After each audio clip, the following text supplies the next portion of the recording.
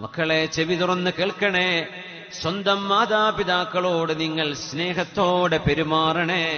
അവരോട് നിങ്ങൾ കയർത്തു സംസാരിക്കരുതേ. അവരോട് നിങ്ങൾ ഒച്ചവെക്കരുതേ.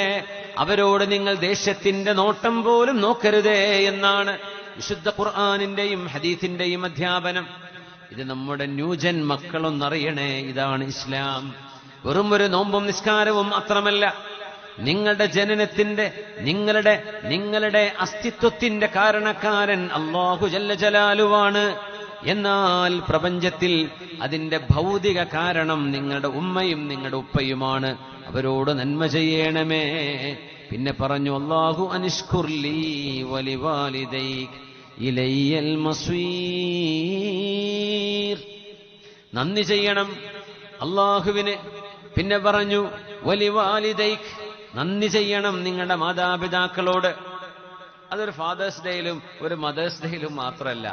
അതൊരു ഉമ്മയുടെ വാപ്പയുടെയും ബർത്ത്ഡേയിൽ കൊടുക്കേണ്ടതല്ല. അത് ലൈഫ് ടൈം ഗ്രാറ്റിറ്റ്യൂഡ്, മരണം വരെയുള്ള നന്ദി മാതാപിതാക്കളോട് ചെയ്യാൻ ബാധ്യസ്ഥരാണ്. ഒരു പെണ്ണ് വിവാഹിതയായാൽ, ഒരു പെണ്ണ് കല്യാണം കഴിക്കപ്പെട്ട് കഴിഞ്ഞാൽ അവളുടെ ആദ്യത്തെ കടപ്പാട് ഭർത്താവിനോടാണ്.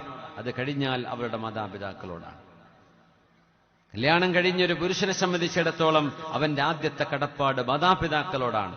അത് കഴിഞ്ഞാൽ ഭാര്യയോടാണ്. ഇതാണ് ഇസ്ലാം ഡിഫൈൻ ചെയ്തു വെച്ചിരിക്കുന്നത്. അത് നമ്മളുണ്ടാക്കിയ നിയമമല്ല, അല്ലാഹു ജല്ല ജലാലുവിന്റെ നിയമമാണ്.